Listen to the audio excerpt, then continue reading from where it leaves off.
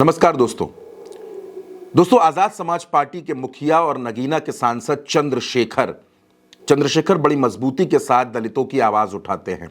2024 में नगीना से चुनाव जीते, लेकिन आज चंद्रशेखर के बारे में जो बात आपको मैं बताऊंगा वो बात आज से पहले आपको नहीं पता होगी। आपको शायद ये नहीं पता होगा कि एक वक्त में चंद्रशेखर मायावती की पार्टी के लिए वोट मांगा करते थे। आपको ये नहीं पता होगा कि एक दौर में चंद्रशेखर के घर की छत पर बहुजन समाज पार्टी का झंडा लगा हुआ था। आपको यह नहीं पता होगा कि 2019 के लोकसभा चुनाव में चंद्रशेखर सपा बसपा गठबंधन को समर्थन दे चुके थे। फिर ऐसा क्या हुआ कि चंद्रशेखर को अचानक अपनी पार्टी बनानी पड़ी और अलग राहें चुननी पड़ी। दरअसल दोस्तों, हाल ही में चंद्रशेखर ने एक इंटरव्यू दिया। अपने इस इंटरव्यू में चंद्रशेखर ने तमाम मुद्दों पर बहुत खुलकर बात की। जब उनसे यह सवाल पूछा गया कि क्या वो कभी मायावती से मिले हैं, तो इसके जवाब में उन्होंने कहा कि उन्होंने कई बार कोशिश की है कि मायावती जी से उनकी मुलाकात हो, लेकिन ये मुलाकात हो नहीं पाती। बसपा के ऑफिस में कई बार उन्होंने फोन किया, लेकिन मायावती से मिलने का वक्त नहीं मिलता। चंद्रशेखर कहते हैं कि मायावती जी को उनके बारे में, यानी चंद्रशेखर के बारे में गलत जानकारियां दी गई हैं, गलत तरीके से बताया गया है। चंद्रशेखर ये भी कहते हैं कि मायावती को वो नेता मानते हैं, वो बड़ी हैं और वो चाहते हैं कि उनका आशीर्वाद उनको मिले। दोस्तों, चंद्रशेखर का ऐसा कहना है कि वो बाबा साहब और काशीराम के सिद्धांतों को लेकर आगे बढ़ रहे हैं। चंद्रशेखर ने एक वक्त में बसपा का झंडा 2017 तक बसपा का झंडा अपनी छत पर लगा रखा था और बाद में उस झंडे को उतार दिया।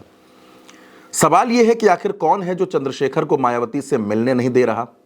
आखिर कौन है जो मायावती और चंद्रशेखर के बीच में गलतफहमियां पैदा कर रहा है? चंद्रशेखर ने यह कहा कि 2019 में उन्होंने सपा बसपा और आरएलडी के गठबंधन को अपना समर्थन दिया था। उसके बाद उन्होंने ऐलान किया कि वाराणसी से चुनाव लड़ेंगे, लेकिन किसी ने उनका सपोर्ट नहीं किया। उल्टा मायावती ने एक उल्टा ट्वीट कर दिया कि चंद्रशेखर चुनाव लड़कर नरेंद्र मोदी की मदद करना चाहते हैं। और यही वो वक्त था जिसके बाद से चंद्रशेखर ने यह तय कर लिया कि अब वो अपनी राजनीति को अपने तरीके से, अपने अंदाज में आगे बढ़ाएंगे। उसके बाद जो आपने देखा, चंद्रशेखर ने पार्टी बनाई, चुनाव लड़े, सांसद बने। आज उनकी पार्टी है और वो लगातार देश के अलग अलग जिलों का दौरा करते हैं, अलग अलग राज्यों में जाते हैं। जहां कहीं भी दलितों के साथ कोई घटना सामने आती है तो चंद्रशेखर वहां जरूर पहुंचते हैं। लेकिन ये चौंकाने वाला खुलासा है जो चंद्रशेखर ने किया कि वो मायावती से आज भी मिलना चाहते हैं। वो चाहते हैं कि मायावती जी उनके मूवमेंट को समझें, उनके मिशन को समझें। जब ये पूछा गया कि क्या आप आकाश आनंद की जगह लेना चाहते हैं, तो चंद्रशेखर ने कहा कि आकाश आनंद आज किस जगह पर हैं? मैं सांसद हूं, मैं अपनी पार्टी का नेता हूं, आकाश आनंद कहां पर हैं? और जगह लेने की कोई जरूरत नहीं है। मैं जहां हूं मजबूत हूं, खुश हूं और अपने लोगों के लिए संघर्ष कर रहा हूं।